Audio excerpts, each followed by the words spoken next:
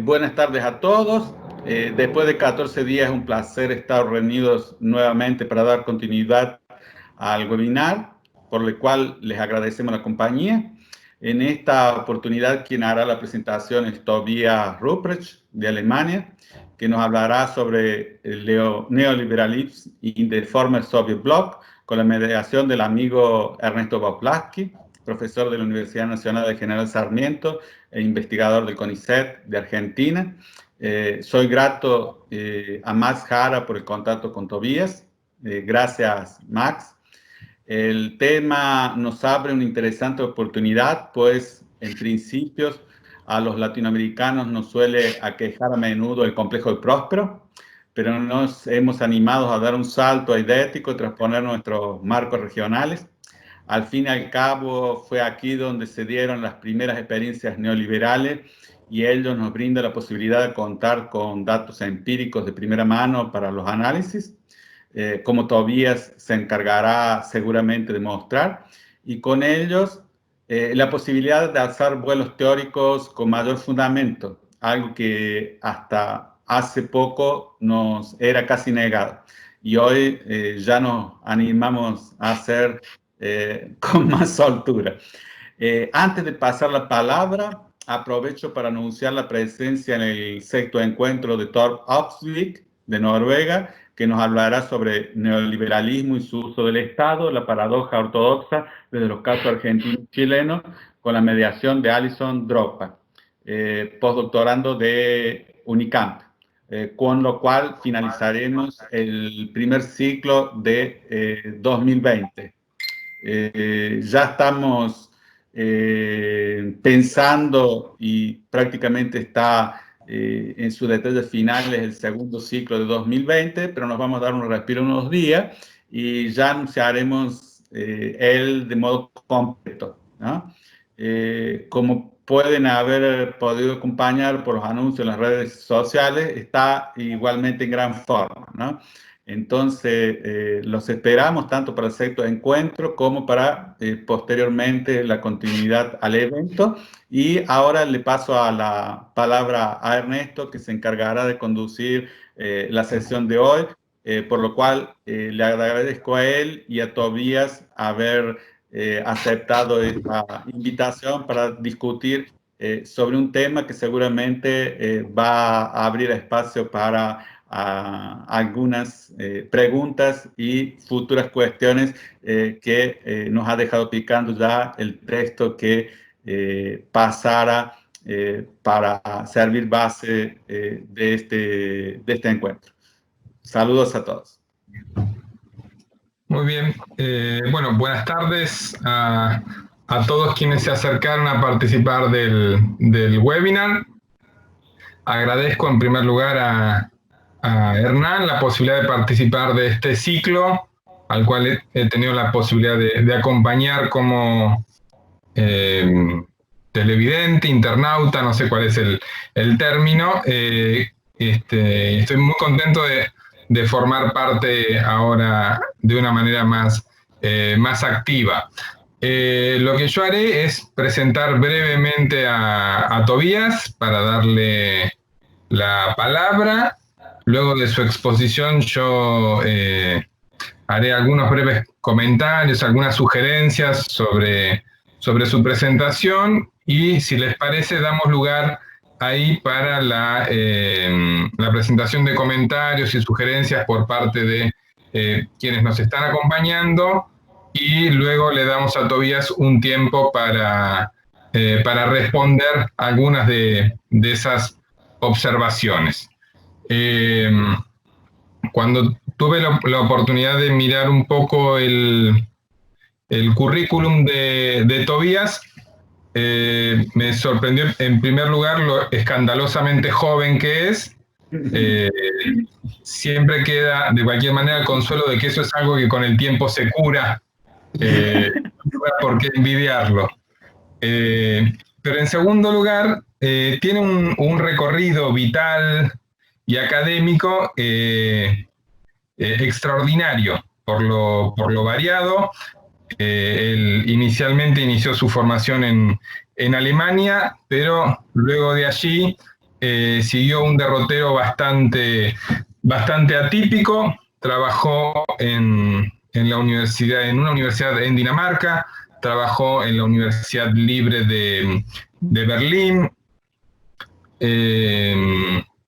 Junto con ello hizo varias estadías de investigación en Moscú, en la Universidad Católica de Chile, en Shanghái. En definitiva, ese recorrido parece más propio de un enciclopedista del siglo XVIII, decidido a servir a las cortes absolutistas más que el de un colega. Ahí tenemos un segundo motivo de envidia detrás de mi presentación. Solo unas líneas respecto del trabajo del recorrido de Tobías. Yo creo que el punto más interesante es su invitación a el estudio de las conexiones que han existido en el pasado, pero que son conexiones menos conocidas o menos evidentes. Digamos, gente que estudie el impacto de la sociedad Mont-Pelerin en el tercer mundo, sobra. Gente que estudie cómo es que los hermanos Koch le entregan dinero, le entregan publicidad, le entregan ayuda a think tanks en América Central y en el Cono Sur, vamos a tener. Ahora, a mí lo que me resulta interesante del trabajo de Tobías es que propone el estudio de esta serie de conexiones que son menos transparentes, menos evidentes y menos previsibles. En el texto que nos envió refiere a estos particulares contactos entre figuras del gabinete de Pinochet y el gabinete de Yeltsin en los años 90, ¿no? Esta extraña admiración hacia Pinochet que encuentra en los primeros gabinetes postsoviéticos. Pero junto con esto encontramos también las investigaciones que ha hecho sobre las relaciones internacionales entre la dictadura brasileña y la Unión Soviética. Unas relaciones que fueron mucho más cordiales de lo que la repetida discursividad anticomunista de la dictadura brasileña parecía indicar. Y finalmente tiene un trabajo sobre las conexiones, las representaciones entre Rusia y Etiopía, ¿no? Las dos grandes entidades pensadas como imperios también marcados por un particular cristianismo, ¿no? Hay estudios que ha hecho Tobías acerca de la imagen de la Unión Soviética como una forma muy extrema de modernidad tecnológica y social. En definitiva, me parece que lo iluminador de su trabajo es esta invitación a revisar algunas de las relaciones que hasta aquí habían quedado bastante sepultadas, ¿no? Una especie de barrido a contrasentido de lo que había sido hasta aquí el estudio de algunas de esas conexiones. En ese marco, entonces, es que los invito a todos, a todas, a que escuchemos la presentación que nos va a hacer a continuación Tobías, para ver algunas marcas particulares del neoliberalismo mirando Europa del Este y, llegado el caso, a la antigua Unión Soviética. Bueno, buenas tardes a todos. Muchísimas gracias por la invitación, por la oportunidad de presentar mis ideas aquí. Muchísimas gracias por tus palabras muy amables, Ernesto. Hay que decir que ya tengo casi 40 años, ya no soy tan joven, entonces. Voy a dar la charla en inglés, con su permiso, porque me siento más cómodo con inglés. Pero si hay preguntas después, por favor, pregunten en castellano o inglés o alemán, como prefieran. I switch to English and I will try to set up the PowerPoint. And I hope it'll work.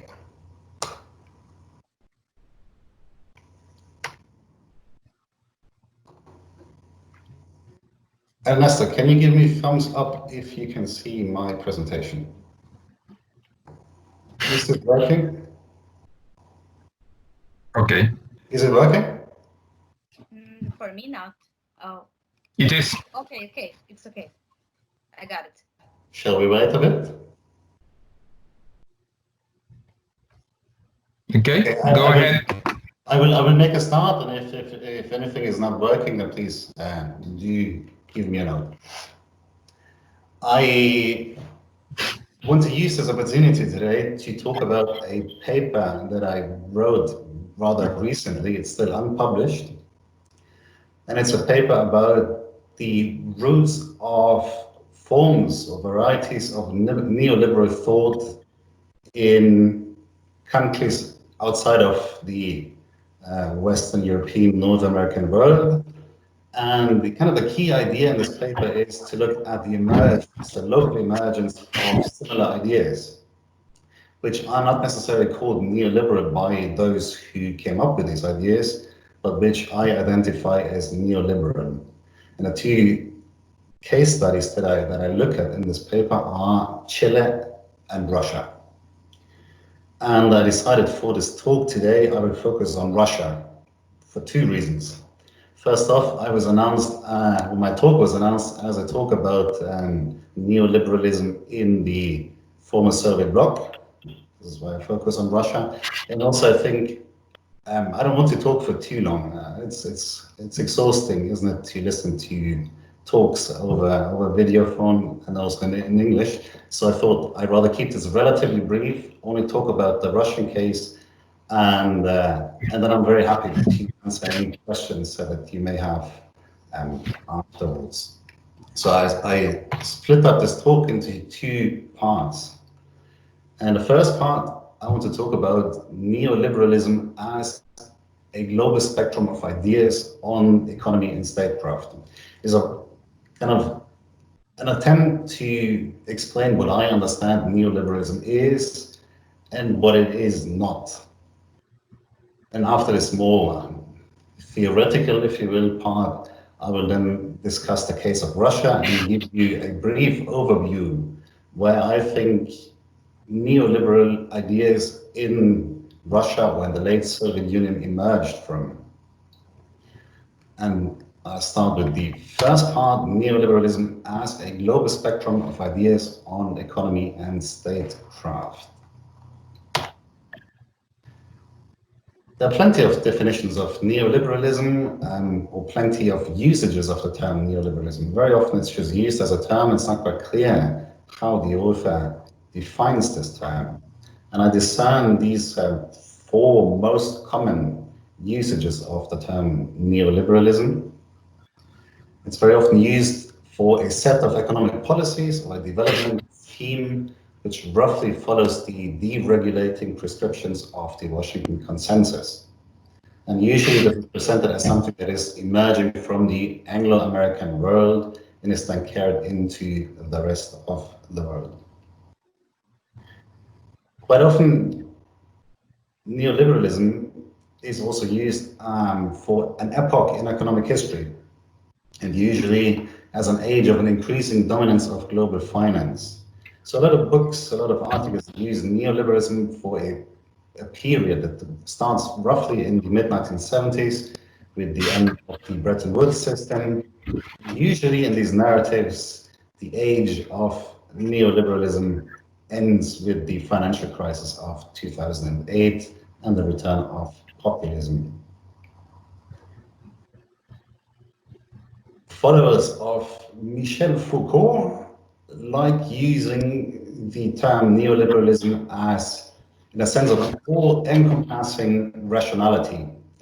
Foucault calls this a governmentality, and I think the idea behind this is that neoliberalism is sort of like a very, very powerful zeitgeist, an idea that dominates the minds of political decision makers, of elites, and kind of neoliberalism in this sense becomes an historical actor in its own right. So an idea here, a powerful idea that acts as a historical actor.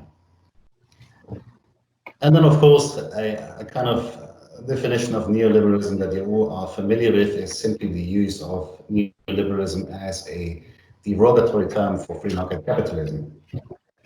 This is less an academic definition of neoliberalism, nonetheless, I think a very important one, because this is the way in which the term is used most often, less so in academic context, but in common parlance and also in print journalism, in political debates, and so forth.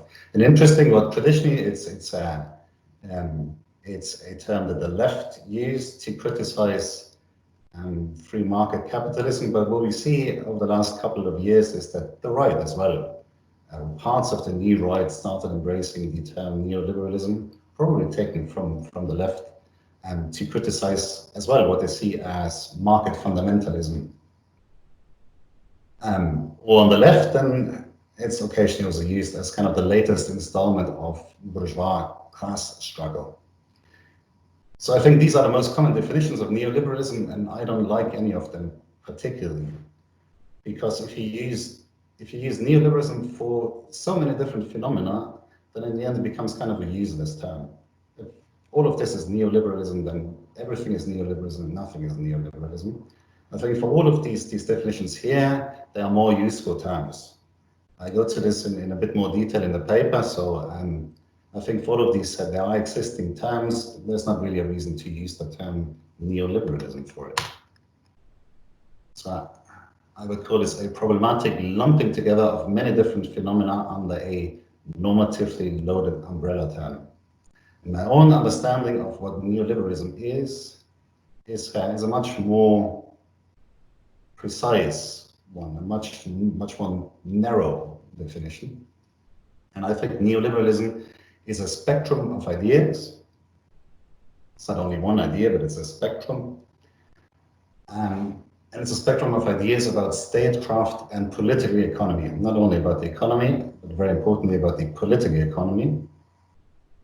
And the spectrum of ideas was developed and discussed around the world since the 1930s. And these ideas are all on the issue on how to create free markets and liberal institutions, and at the same time protect them from the access of potentially anti-liberal democratic majorities. And I think this element is very important to distinguish neoliberalism from classical 19th century liberalism. Now, I didn't come up with this definition all on my own. Other authors have used this already, or a similar definition already. There are recent approaches by intellectual historians, which I found very convincing, and they look at the intellectual roots of neoliberalism in interwar Central Europe. So this goes beyond this view of neoliberalism as something that emerges from the United States or from Britain, and it looks at the intellectual roots of it in Western or Central Europe. And in these works, neoliberalism appears as a notion of political and social order, not only an economic paradigm. Important is for early neoliberalists the protection of free markets from democratic access in an age of popular sovereignty after World War I. So Quinn Slobodian wrote I find very convincing book about the emergence of neoliberal thought in the aftermath of the First World War, in the aftermath of the disintegration of empires in Central Europe. And then he follows a couple of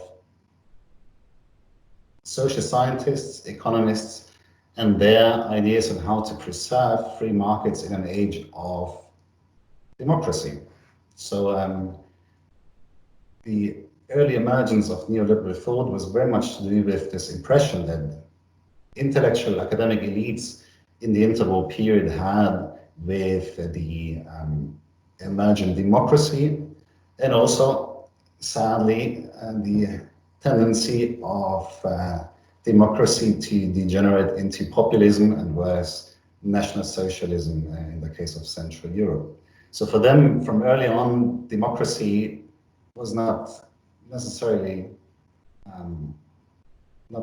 compatible with their liberal ideas. So they saw democracy as a threat to their liberal ideas, and they came up with ideas on how to limit the power of democracy and to ensure the perseverance, the survival of liberalism as we find it. And this is really the neo here. Similar story in Thomas Biebricher's book on the political theory of neoliberalism, also an intellectual history of neoliberalism, which very much focuses on the variety of different kinds of neoliberal thought.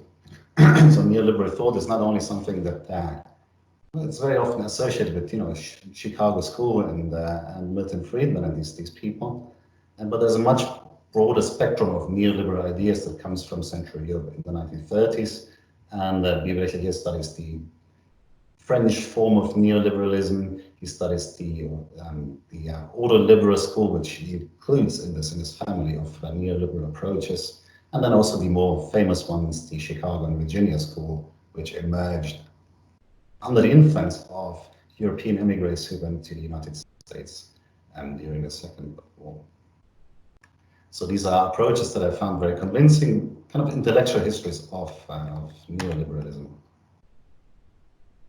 So while I found them very convincing, they limit themselves to a history of neoliberalism in the West. It's not necessarily a problem, it's just what they do.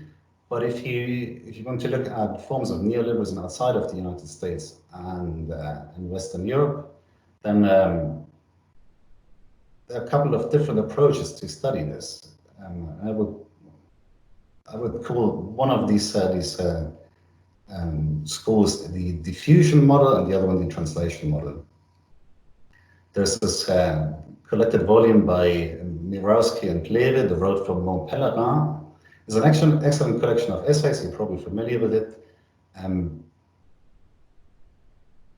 But a focus when it comes to non-Western forms of neoliberalism is always the one of Western ideas that are implemented, that are exported to the rest of the world via organizations, think tanks like the Mont Pelerin Society. Well, other examples are Western advisors that go to non-Western countries, Western-dominated international institutions like the IMF imposing these ideas and concepts on the rest of the world, or the training of political and academic elites at Western universities, like the Chilean Chicago boys in, obviously, Chicago. All of this is not wrong, but I think this is only one part of the story, and one part is still missing. In the translation model, there are two examples here, two, again, excellent books, but I think with a certain perspective that doesn't cover it all. One is Ruling Ideas by Conrad Bang, a study of global neoliberalism going local in Romania and Spain. And the other one is a book that is about to come out by Aldo Madariaga on neoliberal resilience in Eastern Europe and Latin America. And these approaches, they kind of assume that something like a global neoliberalism already exists, but then when it goes local in different contexts, then local intellectual traditions, local political struggles change these ideas and they become adapted.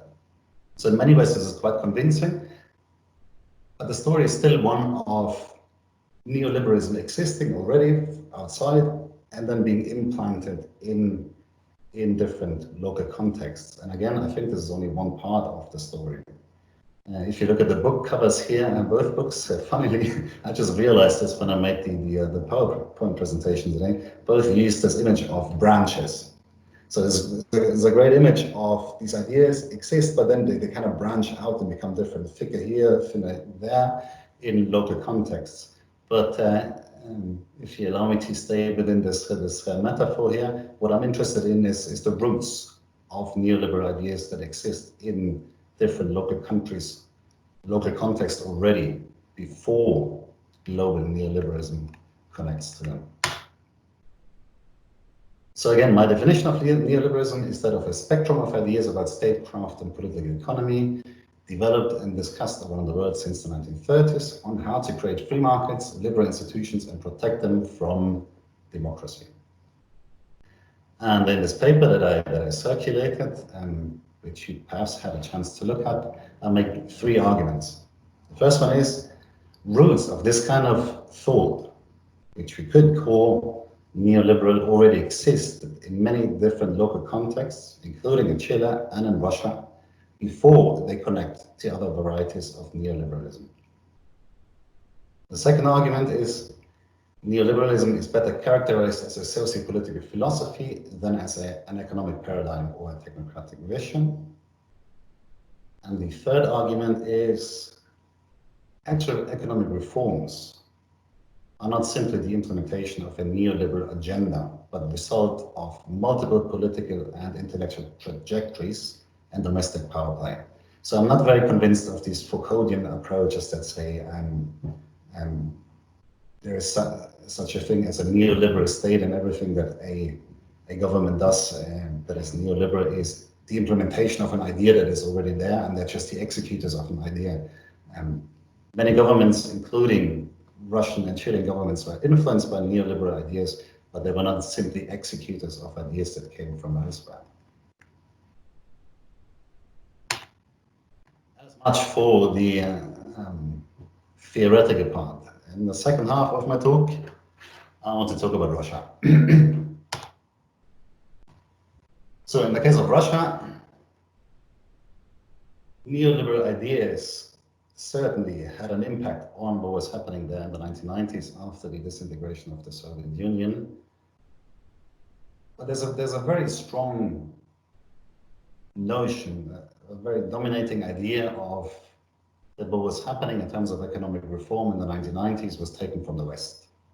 That it was something that Russian elites copied from the West, or in other narratives that Western governments imposed on Russia in a moment of weakness.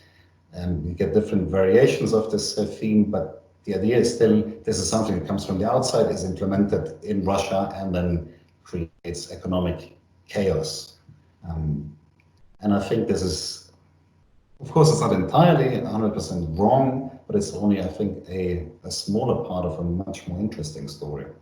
The books that you see here are just three kind of random examples of books that present exactly this narrative of Western imposition of neoliberalism on Russia. So I would, to the contrary, and disagreeing with much of this kind of the literature, I would say that the local roots of free markets with a strong state, this kind of thought, developed not so much in engagement with Western advisors in the 1990s or Western international institutions, but this kind of thought developed out of the Soviet Union itself, out of late Soviet elites, and especially so out of a culture of Soviet mathematical economics. And small groups of elite economists, and they started all as early as the late 1970s. So this was still in the Soviet period. This was long before any Western advisors arrived.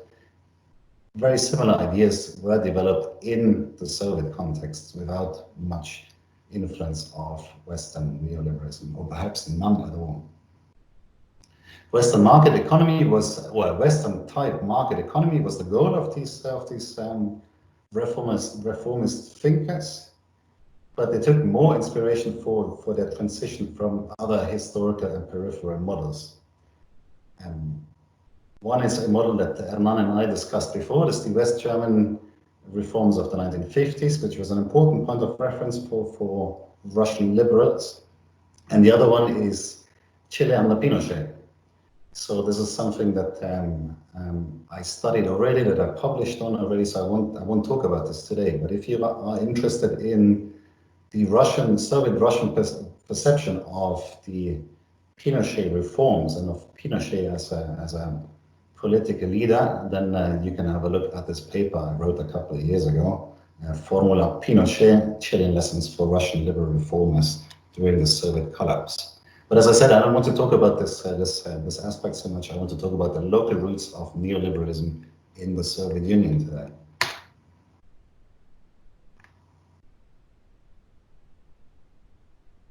You're probably more or less familiar with what was happening in Russia in the 1990s. There were very harsh economic reforms after the disintegration of the Soviet Union, after the end of economic planning. There was a radical price liberalization. There was a long process of privatization of the formerly state-owned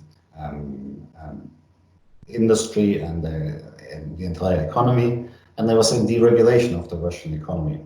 And many of the ideas behind this reform program can reasonably be called neoliberal. But as I said earlier, I would argue they were not imposed by the West, they were not imposed by the Americans, and they were not imposed by international institutions either. The usual villains in stories of neoliberalism going global, like Friedrich Hayek or Milton Friedman, were hardly known in the Soviet Union until 1989. And even economic elites had hardly heard of them. And the IMF was not active in Russia until mid-1992. So their impact was always very, very limited. But much earlier, as early as the late 1970s, small circles, very small circles of Soviet elites, intellectual elites, started debating how to fix the Soviet economy with the methods of creating a market economy.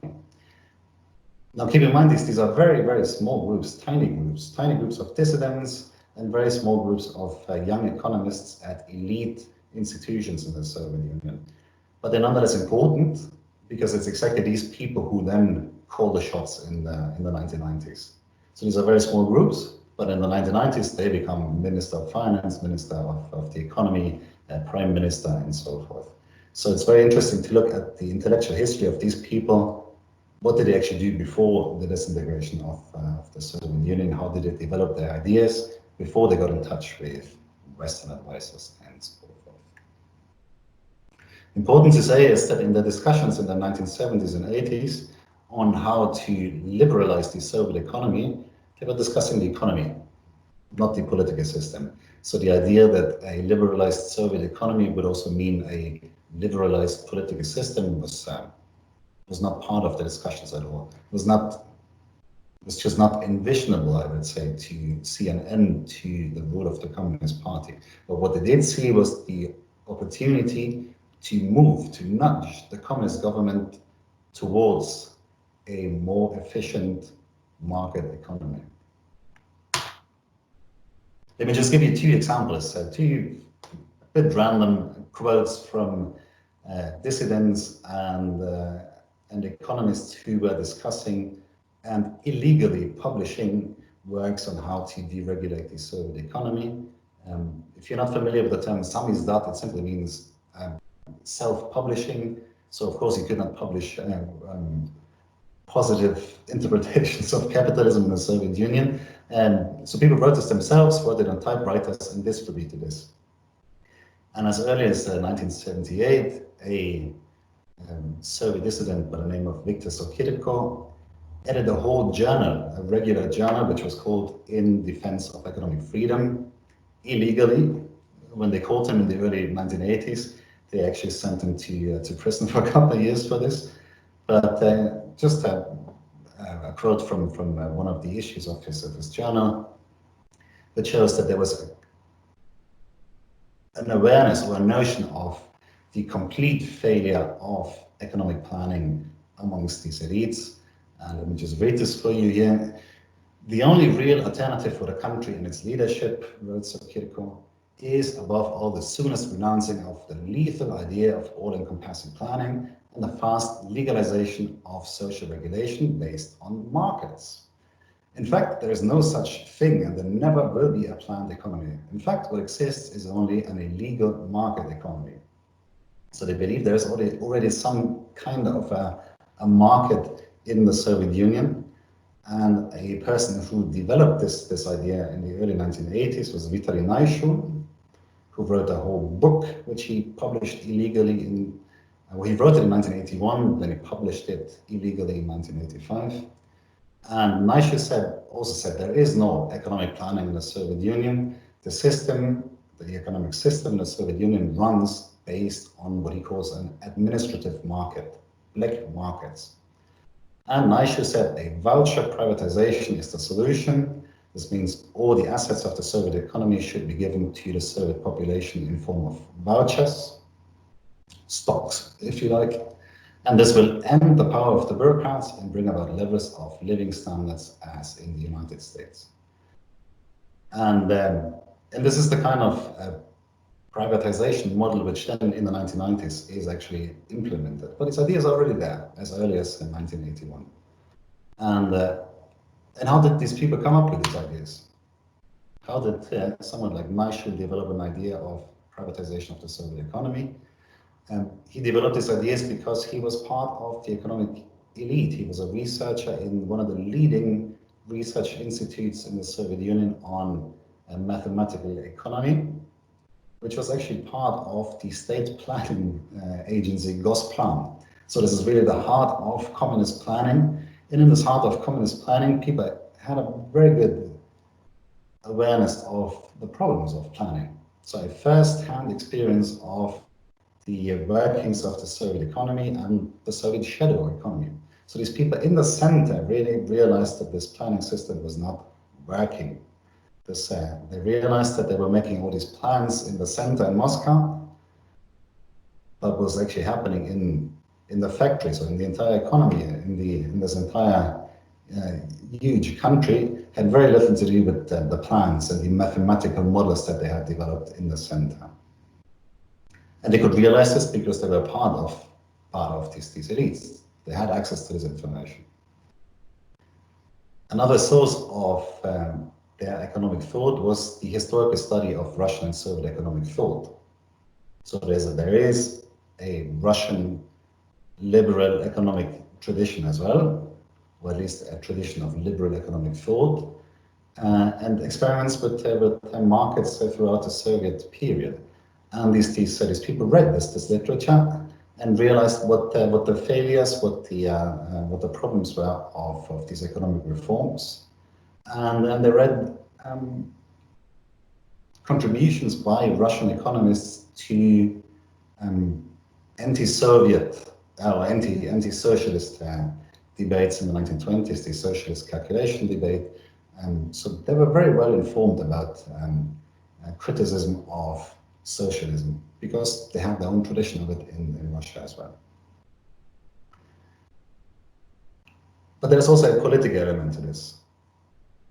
These tiny groups, they knew that with any kind of democratic means, they would get nowhere in the Soviet Union.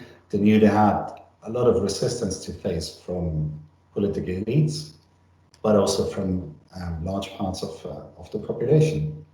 So this in the 1980s, when these young economists got together in informal circles to debate their ideas, they on the one hand they kind of all agreed on the miserable state of the Soviet economy. They agreed on the solution that would be radical deregulation and privatization. But then there was a question on how to implement this politically. And then some of them come up with ideas of a authoritarian type of capitalism, which seemed much more doable to them than any kind of democratic reform which would lead to free markets. So these small groups of young liberal economists in the 1980s, long before they got in contact with Western neoliberals, already had made two important conclusions. The first is markets already existed in the Soviet Union. The only reason why the system was still working more or less was that there were markets. Planning did not work, and the conclusion was that all that was needed to transfer the system to a more efficient market economy was to get rid of the access of bureaucrats on the one hand, but also at the same time avoid economic populism of political decision makers, and hence they were very skeptical about democratic reforms, because democratic reforms would mean that, well, if there's a majority against their economic ideas, they could not implement them politically. So in a way, they come up with very similar ideas and similar fears about the economy and about the danger of democratic majorities as people like Hayek in the interwar period. But it didn't really know Hayek. So they come up with this themselves based on their experience of the Soviet economy.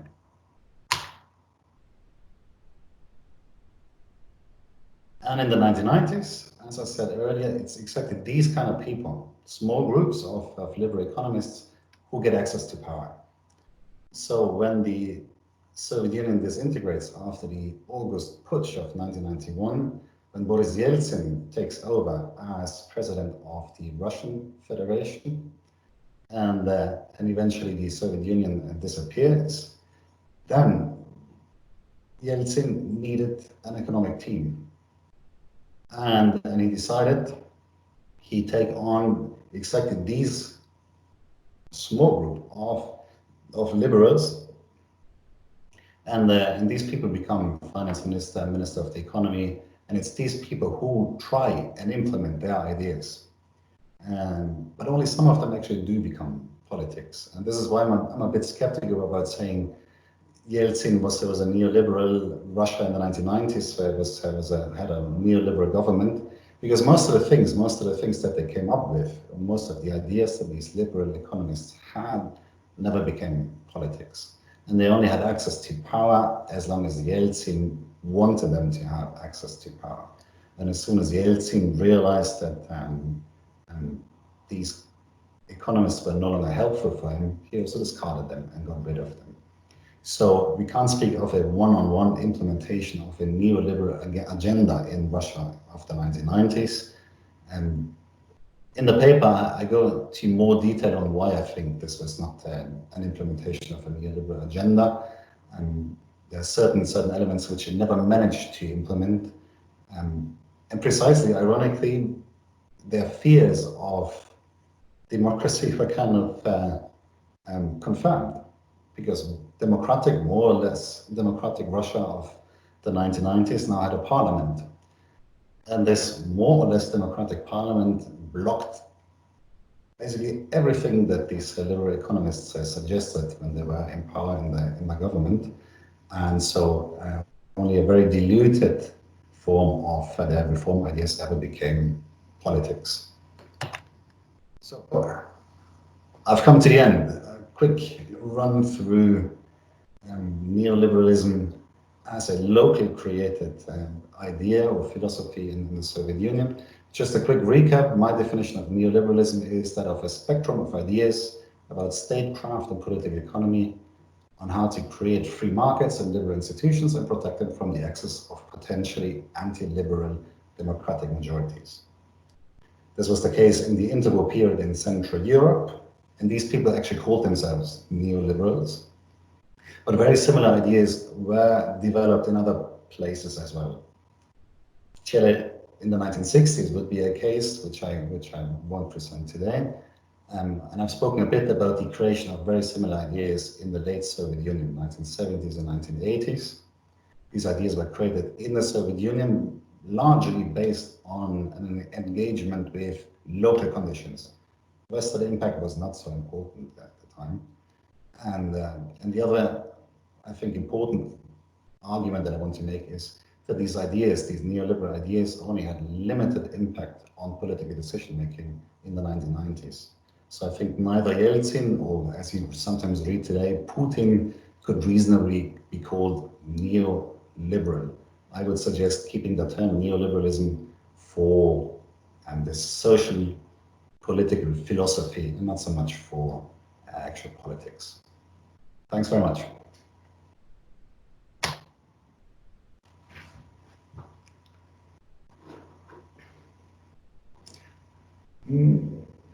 Sí.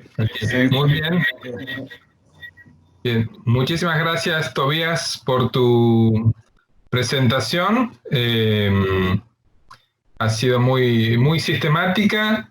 Creo yo también que es muy provocadora, porque invita a pensar algunas cuestiones que quizás aparecían en efecto muy sólidas o muy resueltas por la literatura. En ese sentido, me parece que tu estudio sobre estas apariciones simultáneas y a su vez desconectadas de como el neoliberal en los puntos del planeta, abre la posibilidad de volver a interpretar muchos procesos del siglo XX de manera distinta.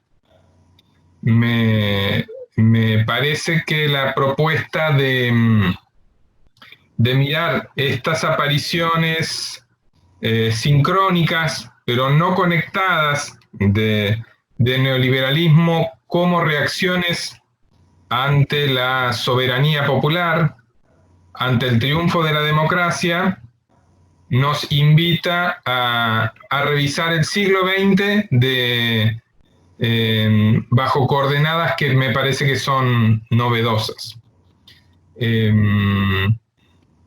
Yo creo que uno de los puntos más productivos es que permite pensar la dinámica de las ideas a través de un esquema que no es el de la influencia, que no es un esquema norte-sur, sino que es un esquema mucho más complejo, mucho más sucio, si se quiere, más promiscuo, más sofisticado, porque nos obliga a mirar también qué es lo que los actores de países que no son centrales hicieron con las ideas. Y en ese sentido, tu propuesta, a mi modo de ver, tiene una serie de resonancias, de ecos, con quienes estudiaron otros fenómenos ideológicos, ¿no? Ahí me parece que yo lo pondría en línea con otras investigaciones sobre circulación de ideas, algunas muy alejadas del neoliberalismo. Pienso, por ejemplo, en los trabajos de un historiador francés muy conocido, que fue François-Xavier Guerra, que estudió los procesos de independencia a inicios del siglo XIX. Y en particular, Guerra estudia la aparición del liberalismo en las décadas de 1810, 1820, y él no explica el liberalismo americano, el liberalismo de México o de Perú como una influencia del liberalismo español.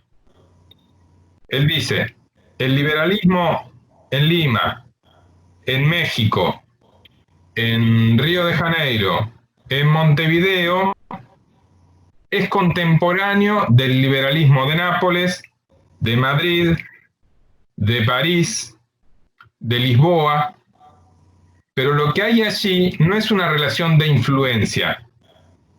Surgen de manera simultánea, de manera sincrónica, porque los actores están enfrentando problemas parecidos.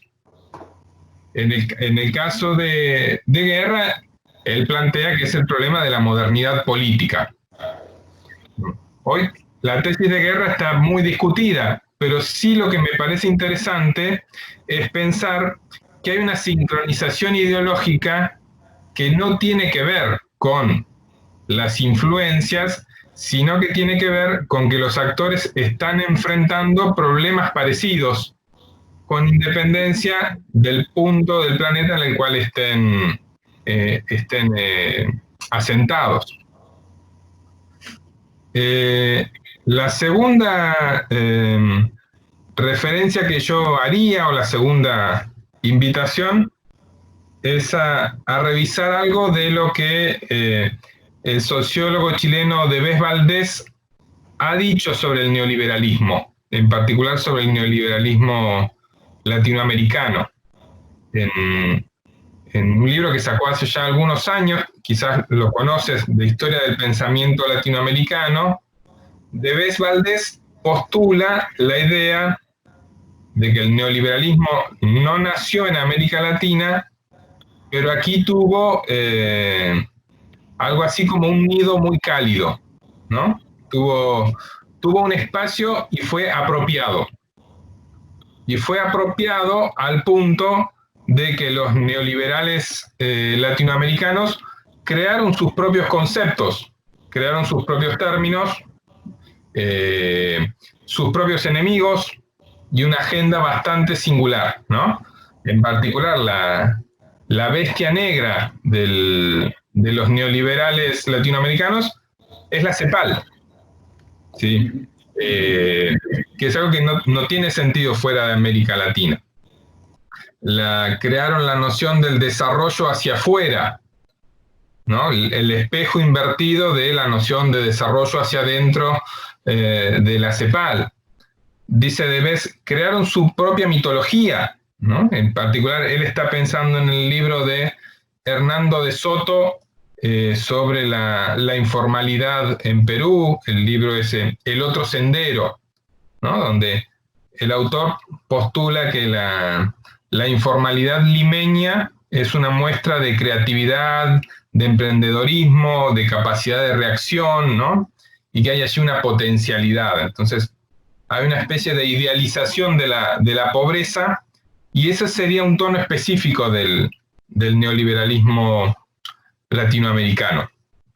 Entonces, la tesis de Deleuze no es tan arriesgada como la tuya. Digamos, Deleuze no entiende que el neoliberalismo es también nuestro, pero sí entiende que es nuestro hijo adoptivo, ¿no?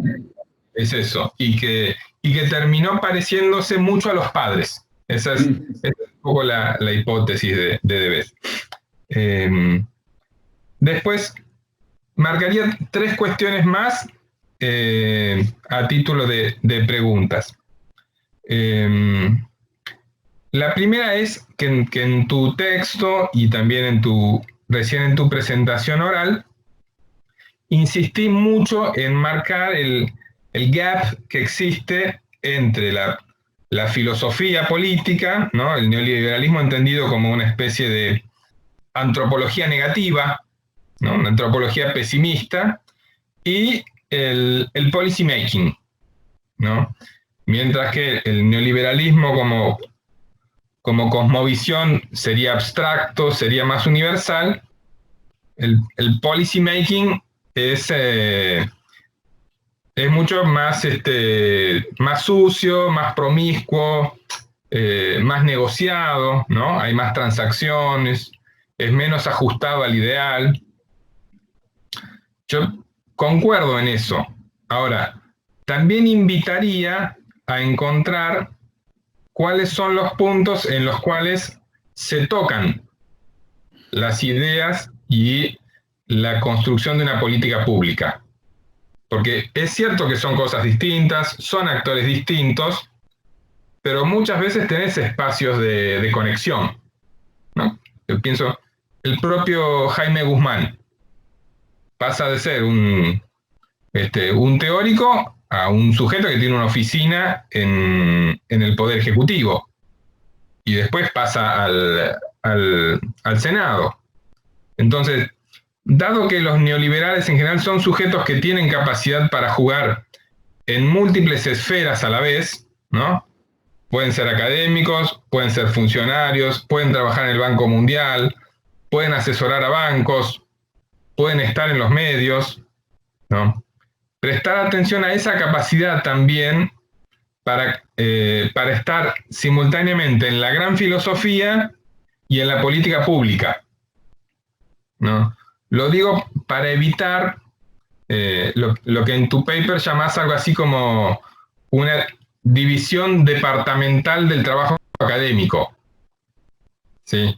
No es que hay unos que estudian ideas y hay otros que estudian el policy making. Me parece que es interesante pensar cuáles son los puntos de conexión, aun cuando los actores no los reconozcan, ¿no? Es cierto que una cosa son las grandes ideas y otra cosa es el proyecto enviado al Parlamento, pero entiendo yo que toda política pública descansa en algunas ideas. Es cierto que no tienen por qué ser coherentes, pero hay puntos ahí me parece, de conexión que vale la pena explorar.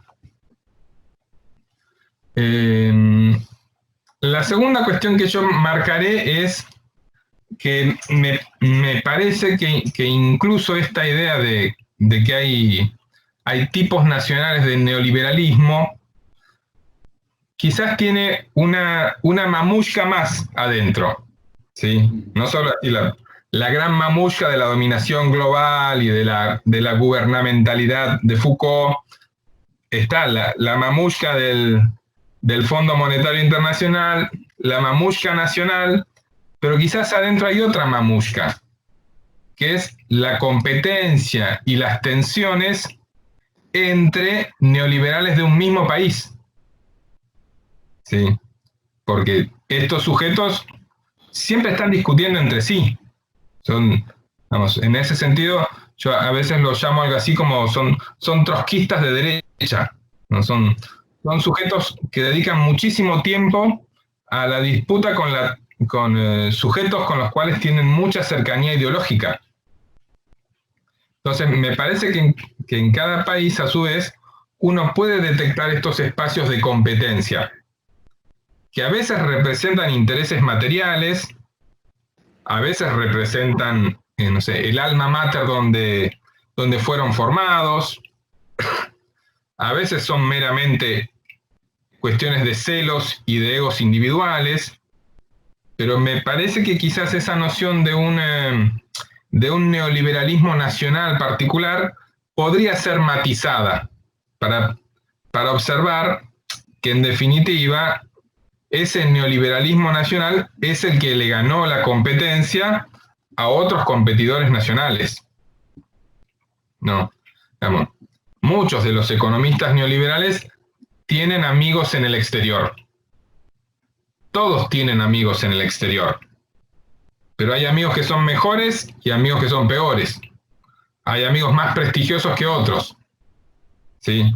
Entonces, me parece que vale la pena repensar eso porque habilita a estudiar mejor las conexiones entre los neoliberales, los jugadores locales y el exterior.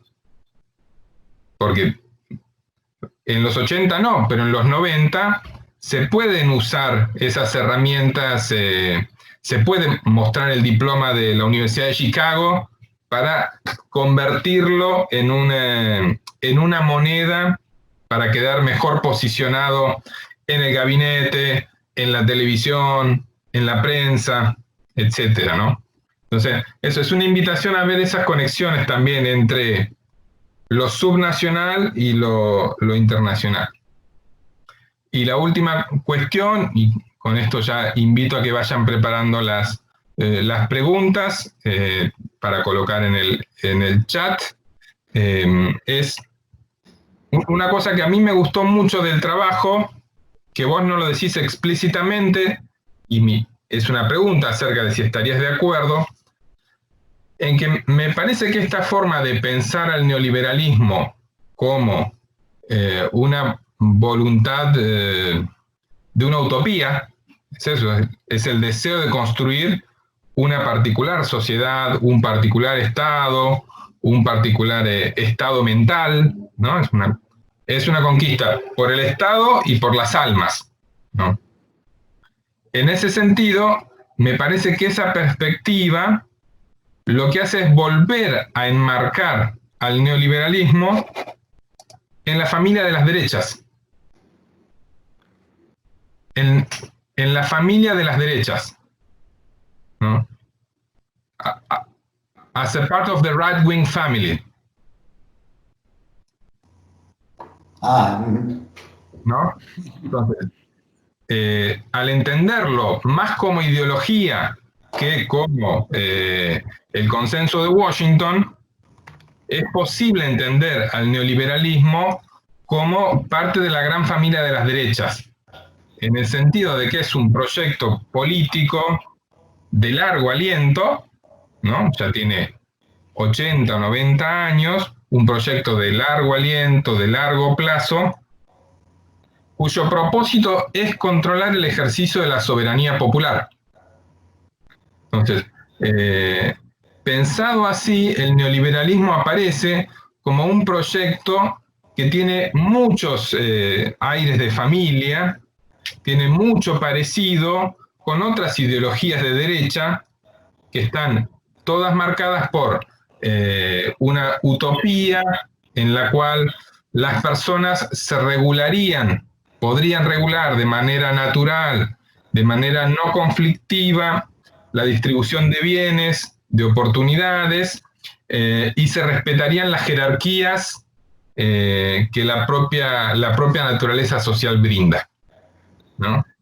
Es eso. Entonces, esos son un poco mis comentarios para una presentación que, como ya adelanté, me pareció muy provocadora y muy iluminadora. No sé si está Hernán por allí, no sé si la tradición es que el expositor conteste o si abrimos a preguntas y observaciones. Ernesto, sí, puede contestar esas primeras y después hacemos la batería de preguntas que quieran hacer. Se pueden hacer por dos medios, a través del chat o a través de levantar la manito aquí. Después, si vos ves, puedes ver las personas que levantaron la mano, o si no, yo te aviso quién está levantando la mano. ¿Tá? Puede ser para no que responda ese y después abrimos más. Ok, bien. Tobías, entonces, tienes unos minutos para responder, para comentar. Yo dije muchas cosas, no es necesario que respondas a todas, podés actuar de manera selectiva y educada, retomando solo las que te parece que tienen algún sentido o alguna utilidad. Thanks very much, Ernesto. I'll be brief because I agree with almost everything you said. I think all of your questions circle around this question of ideas and power. And as I started reading the literature on neoliberalism from this Foucauldian school, as a historian, I was always wondering who are actually the actors in all of this. And this idea that political decision makers are simple marionettes, are puppets of ideas that somehow circle around the world and dominate everyone's minds, and that power comes from ideas, I find this very dubious. I'm not convinced. I think power, eventually, how did Mao say this? Power comes from the barrel of a gun. In the end, it's political decisions why certain ideas become politics and some ideas don't. And eventually, if you look at this, take the example of Russia, the reason why these ideas become partly, not entirely, some of it becomes politics is simply because there is a powerful political elite that sees these ideas as useful for their own power. It's not the ideas themselves that are so powerful. So I'm not convinced of this kind of discourse analysis approach very much. And then, of course, you're completely right. One should not distinguish the two entirely. Political decision makers have ideas themselves as well, and one should study how ideas influence politics, no doubt. So perhaps I was a bit, provocative in the other direction, saying it's all politics, it's not ideas. Of course, ideas matter, but I think power does not come from the ideas. It comes from, well, there's power first, and then there's a use of ideas. I like this image of the matryoshka of influences, or how did you call this? Clearly, there's a whole set of different layers to the distribution and the political impact of neoliberal ideas. But in my concept, there is one matryoshka that is a lot more important than others, and that is local conditions.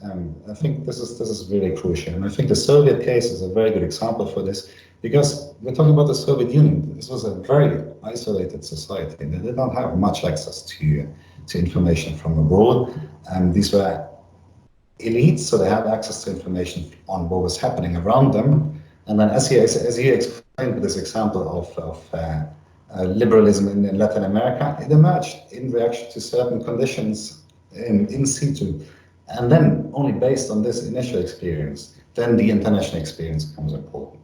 And you mentioned the right-wing family. Yes, these people that are briefly introduced from Soviet mathematical economics, these people, they do become part of right-wing networks. But they don't have the ideas because they're part of these networks, but the other way around. They have certain ideas which allow them to become part of these networks. And then just a final point, I think,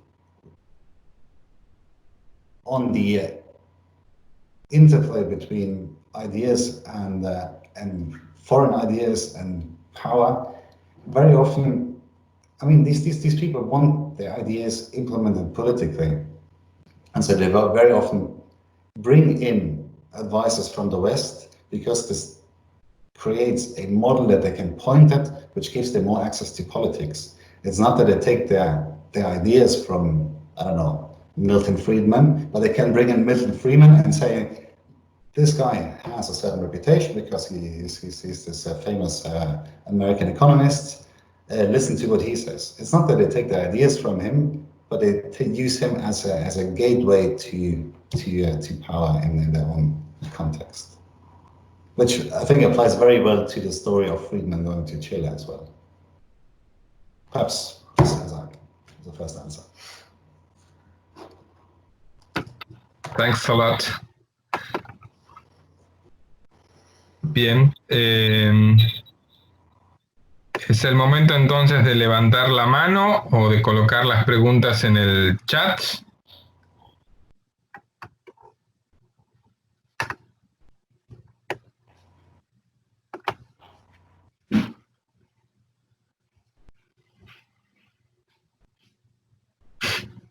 Hernán. Sí, ya que nadie se atreve, digamos, no están tímidos, vamos a tener que iniciar. Ahí no sé con quién voy a tener que pelearme un poco, voy a terciar en esta disputa entre los dos, ¿no? Creo que vamos a ser salomónicos para salir así. Aquí en Brasil es todavía una sociedad de corte, entonces hay que ir en el camino del medio, como decía Thomas Mersanche. Y me parece que sí, que tenemos que ver lo siguiente, que en algunos países me parece que sí, que lo que decís vos, Ernesto, se da. Es decir, no está tan clara la división entre los productores de ideas y los policy makers. Muchas veces los productores de ideas tienen que involucrarse en meter la mano en la masa, como se dice, ¿no? Y de todos modos me parece que en los países centrales eso está un poco más dividido, digamos. Nunca Hayek se tuvo que poner se arriesgó a ser ministro de alguna cosa, tal vez le hubiera ido muy mal. Siempre estuvo dando instrucciones desde afuera de la política, ¿no? En América Latina esto parece que no es posible, ¿no? Es decir, los que se encargan de eso, de producir las ideas, también se tuvieron que meter la mano en la masa, ¿no? Es decir, ahí está lo que vos decís, eso, lo sucio, lo embarazoso del proceso, ¿no? Y me parece que habría que verlo como en esas dos cosas, cómo se da en el proceso en los países centrales, cómo se da en estos donde la cosa está más complicada. Viéndolo desde ahí, me parece también que eso se da porque no hay lo habíamos conversado anteriormente un poco con Tobías, no hay un proceso hegemónico, ¿no? Hay un proceso en disputa, y una disputa que viene pesada, ¿no? No es fácil salir de un estado socialista, pasar de golpe para otra cosa totalmente diferente. Es una transformación brutal. Y me parece que ahí es donde juegan los procesos locales, es decir, los procesos locales tienen mucho que ver con esto, ¿no? En América Latina me parece que también ha sido un semillero, ha sido un núcleo de experimentación bastante importante para el neoliberalismo, porque ahí es donde tuvieron que tal vez los desafíos más importantes, ¿no? Como vos decías, aquí tuvieron que luchar contra una teoría muy fuerte, muy imbrincada al proceso social y político de América Latina. La CEPAL era la idea dominante y no fue fácil desplazarla del tablero. Lo hicieron. Lo hicieron, y como vos bien expone, con una amplia alianza a la derecha. Y aquí me parece que también hay una cosa muy parecida en el proceso latinoamericano, en lo que yo estaba viendo en el proceso soviético. Y me parece que también lo había visto en el texto, pero en la exposición todavía me pareció un poco más fuerte. Hay una alianza que se da con esas experiencias de salidas autoritarias del neoliberalismo, ¿no? Es decir, en eso hay una especie de aprendizaje y me parece que el proceso va junto. No sé cómo será, si será quién aprende de quién, pero me parece también hay un aprovechamiento de las salidas populistas, tanto en América Latina cuanto en la Unión Soviética, ¿no? Es decir, obviamente que a Pinochet no lo podemos tildar de populista, pero sí el neoliberalismo se hizo alianzas muy fuertes con populistas notorios de América Latina. Y estoy me refiriendo no al caso chileno, sino al caso argentino, brasilero, y como vos muy bien mencionaste, al peruano, ¿no es cierto? Es decir, y en esto sí, me parece que hay una cierta sincronicidad en cuanto que el proceso pinochetista y ruso van por periodos diferentes. Me parece que la alianza con los populismos se da en una cosa más sincrónica, ¿no? Entonces, creo que ahí no sé qué es lo que aprendieron primero. De todos modos, el libro de Sebastián Edwards y Rudiger Dormus acerca de la macroeconomía del populismo se dio precisamente con los casos latinoamericanos. Entonces me parece que la alianza se aprende más con el caso latinoamericano y se traslada a otras experiencias en el mundo, ¿no? No sé cómo se dio eso con el caso ruso, pero me parece que está claro. Aquí lo que les interesa básicamente no es tanto que las ideas se den, digamos así, de forma pura, sino que eh, se pongan en marcha y me parece que esperan que el proceso se depure a lo largo del proceso. Es decir, lo que le interesa no es la pureza inicial, sino que eso produzca algún tipo de alianza que va a llevar el proceso a iniciar y en la marcha a depurarse por sí mismo, me parece ahí, ¿no? Entonces, puede ser que ahí exista algún tipo de imbricación entre esos casos, ¿no? Bueno, ya me expliqué demasiado, ¿no? Me parece que es más un comentario que lo que una pregunta, si puede comentar acerca de eso. Bienvenida el comentario.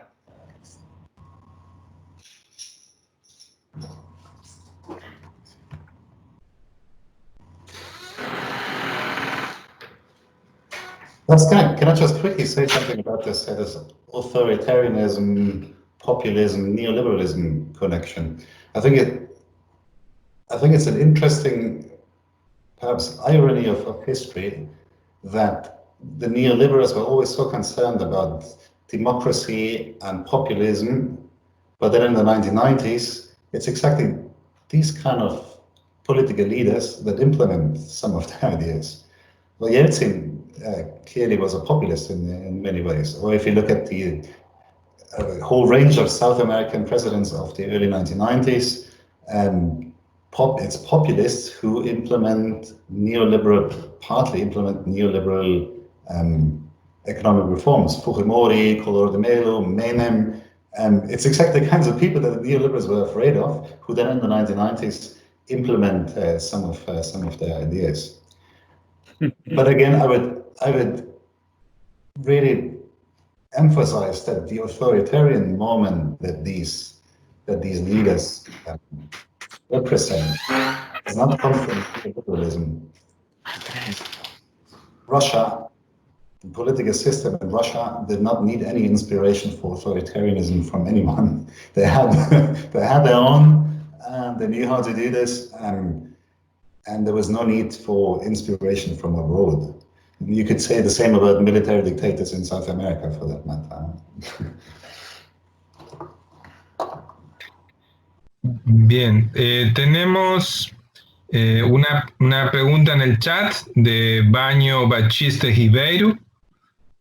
Preguntan acerca de cuál es el comportamiento de los regímenes neoliberales en Europa y América Latina en el contexto de la pandemia, contexto en el cual las economías fueron alteradas, fueron modificadas severamente.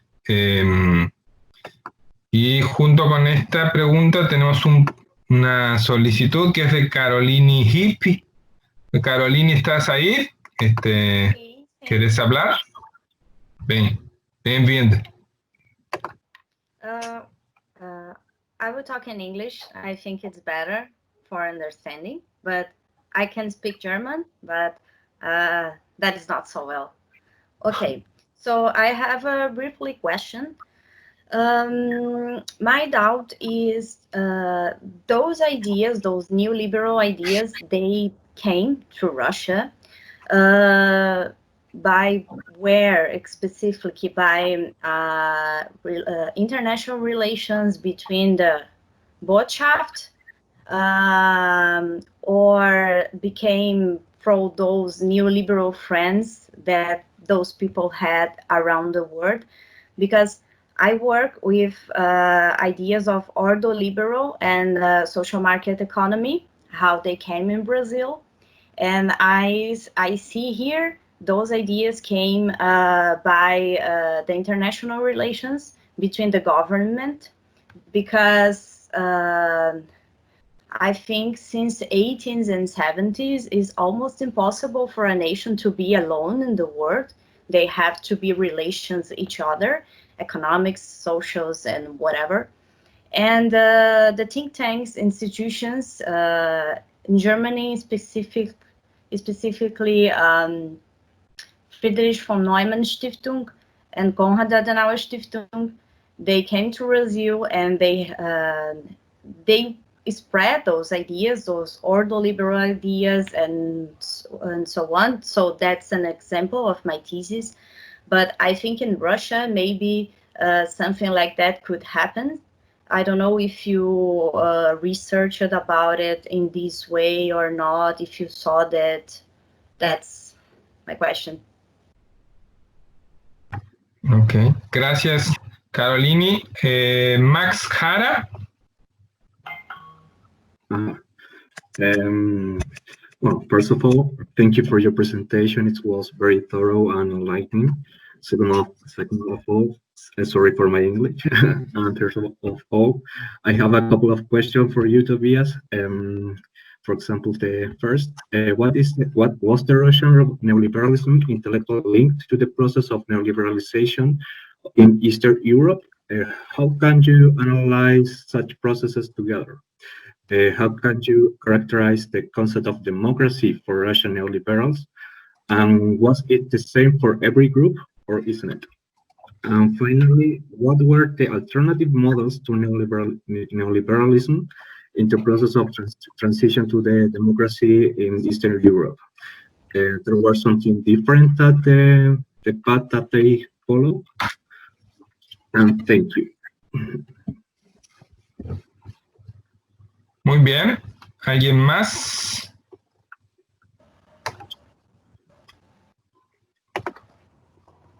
Okay. Shall I perhaps start answering these questions? Otherwise, I forget. Okay. Very quickly on the question of pandemics. Well, if you buy my argument, then there are no neoliberal regimes in the world today. I don't know if you were convinced of my talk or not. What I see is that there are a lot of populist regimes, and it's remarkable how badly they cope with the pandemic. So this is really noticeable on all continents, isn't it? But I wouldn't. Okay, you could say that there was some neoliberal impact on Bolsonaro and some of the people around him, but I really wouldn't call Bolsonaro a neoliberal leader or the Brazilian government a neoliberal regime, for the reasons I just explained in my talk. I think just taking some parts does not turn a regime into a neoliberal regime. I'm not so convinced of this. The second question was about ordoliberalism and the question on where did these neoliberal ideas in Eastern Europe come from. You mentioned the Naumann Stiftung, which did become active in Eastern Europe in the 1980s. But that is Eastern Europe, not the Soviet Union. So they had no access to the Soviet Union. And I've read some of the material, some of the things that they did in Eastern Europe. Yes, they held a couple of seminars. Eventually, they opened offices there, but the impact is really minimal. It's not, and I strongly suspect. You study this, you probably know more about this, but I strongly suspect that this is similar in the case of South America. They probably opened up a couple of offices. They had a couple of seminars, and they connected to liberals that were already there. And it's actually part of the Naumann Stiftung's own principles that they only become active in countries where they can connect to people that have similar views to them. So they wouldn't go to any place where they don't have a liberal tradition.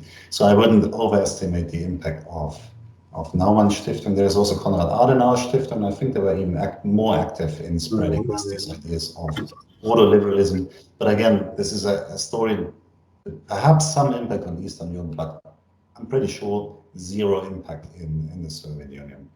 They had no access to Soviet economists had no contact to these organizations. And Mark's question about which concept of democracy did the Russian neoliberals have, and what kinds of alternative concepts were around in Eastern Europe around 1989, I suppose. The first one is a concept of democracy that sees democracy as a potential threat to their ideas. And it's of course easy to criticize them for this, but imagine you have certain liberal ideas and you are a prospective reformer in Russia in the late 1980s or 1990s, or one might add even today. You will not get political majorities, democratic majorities for your ideas. It's the opinion of a small minority. And this fascination that some of them developed for authoritarian models of capitalism is also to do with the fact that they know that with democratic means, they won't get very far in Russia. And they also have historical points of references for this. A very popular point of reference for these people is 1917. So they had the first liberal revolution, and then had a liberal democratic regime, which was blown away in the first moment a couple of months later because they stuck to the niceties of democratic procedures. And so there's much more of a fascination for strong, principled leaders who implement ideas no matter what democratic majorities think. That's just the situation that they have to deal with in Russia. We don't have to whitewash this, we don't have to say that's great, but we should also be, I think, a bit careful with just pointing fingers and saying you are horrible authoritarian people. It's a certain context in which they act. And about alternative concepts in Eastern Europe around 1989, there were plenty. There was the path that they eventually took, but it was also the path late in the 1980s of keeping the communist parties in power and deregulating the economy, which in the 1980s was seen as a much more probable path to take, which is why economists all over Eastern Europe, liberal economists in Poland, in Hungary, in Bulgaria, you name it, they were all happy to collaborate with the communist regime in a transition period because they were not so convinced of a democratic transition, because if you don't have majorities for your ideas, it doesn't help. And the third alternative concept, it was, I don't know how widespread it was. It was an idea that a lot of dissidents and human rights activists had, and this was the old idea of convergence and democratic form of socialism. But I think this was not a very dominant form of thought. It was in the 1970s, but it no longer was in the late 1980s. Ok, bueno, gracias Tobias. Juan Odicio hizo una pregunta. Dice, hola, mi pregunta tiene que ver con la discusión entre el despliegue de un neoliberalismo local contra la idea de la difusión o traducción de alguna tradición externa. Específicamente en las revistas de economía, ¿qué referencias dan ahí los autores neoliberales? Ya sea en las primeras revistas no oficiales, desde finales de los 70, o en la propia Communist, después de 1986, cuando ya es dirigida por Yegor Gaidar. No Westerners until very late. You could only quote positively from Western liberals starting in perhaps 87, but then 88, 89. Before, no. And what Gaidar did was mostly to present economic facts and figures. And he only referred to Soviet literature, not to Westerners. And I talked to a lot of these people, I read their memoirs, and they all tell you that until very late in the 1980s, they had no idea about people like Friedman or Hayek. This comes very, very late. Again, 88, 89, I think in 89, the first translation of Hayek is published in Russian. And before this, they say, we heard rumors. This is what they knew about Western neoliberals. What they did have from the West, in small circles, small elite circles, was the literature of American Sovietologists. And the analysis, the economic analysis of the Soviet Union done by American experts on the Soviet Union. This was a literature that these people had access to, and they took a lot from it. But these were not neoliberals either. This was just an analysis of the deficiencies of the Soviet economy, human rights issues, these kind of things. I hope this answers the question. Muy bien. ¿Alguien más?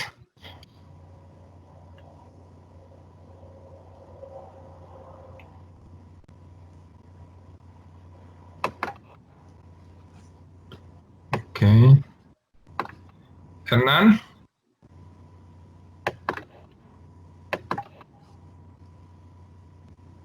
Sí, estoy monopolizando aquí, pues, como están pocos preguntones, vamos a animar un poco. No, volviendo a la pregunta, tal vez sea otra ponencia. Volviendo a la pregunta de Caroline, ¿no? Me parece lo siguiente, porque estaba pensando, me quedó la idea, en la transición que hubo para el neoliberalismo latinoamericano en los 60 y 70, inclusive el anticomunismo latinoamericano se embebe bastante de la experiencia alemana.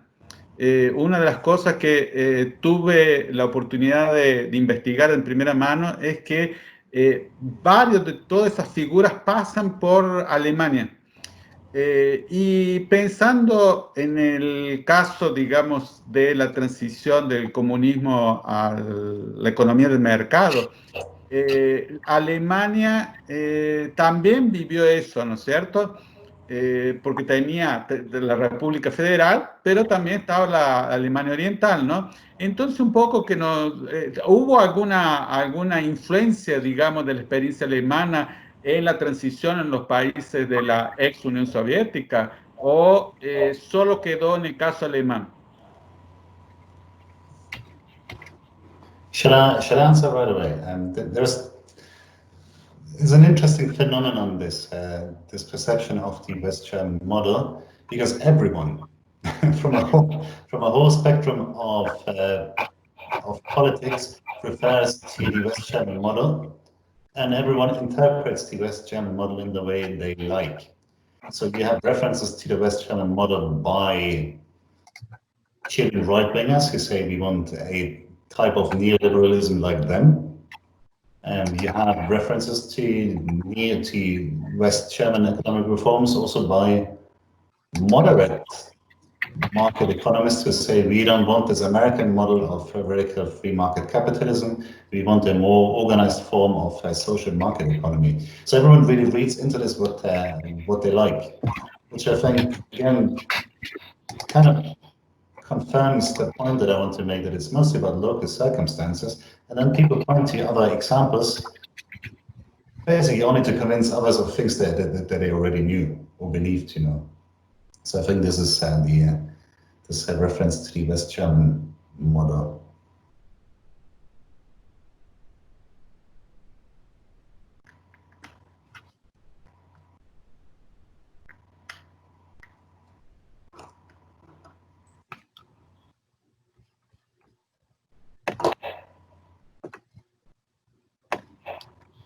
¿Alguien más? As we are talking about Germany, can I quickly tell an anecdote? Well, it's not really an anecdote, it's just an interesting observation. Perhaps, I don't know if perhaps this is interesting for you. I was in Chile a couple of years ago to do interviews with a lot of these sort of still surviving Chicago boys and people who did advisory in Eastern Europe. And one interesting observation that I made was the names of many of these people. So really, a lot of them have German names.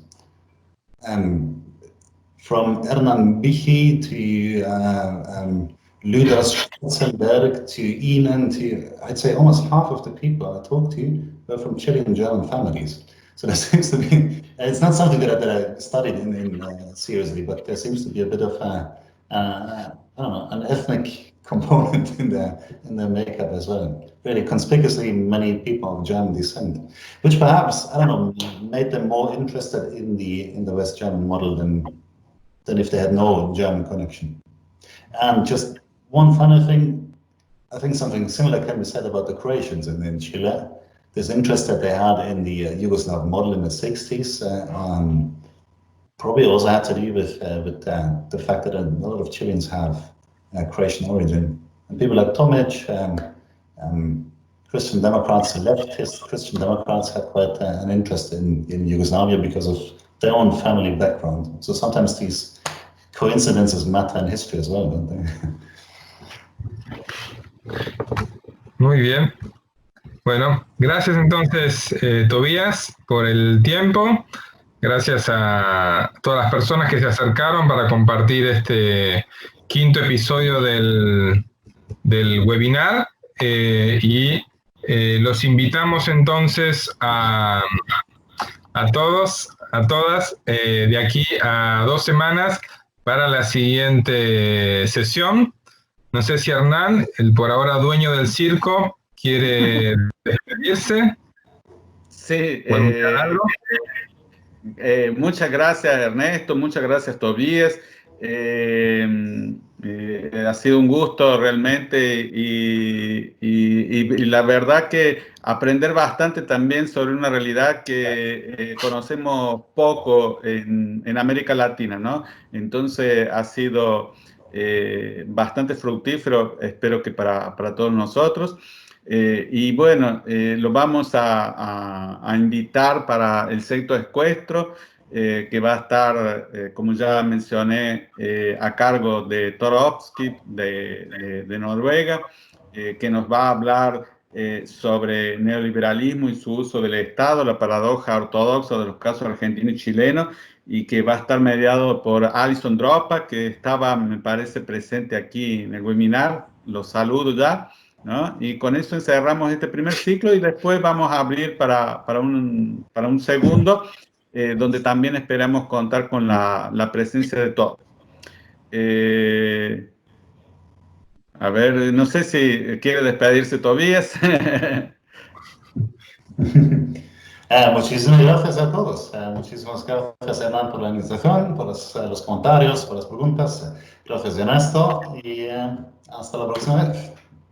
Muy bien. Bueno, le agradecemos a todos, ¿no? Y estamos en contacto para este y otros proyectos también, ¿no?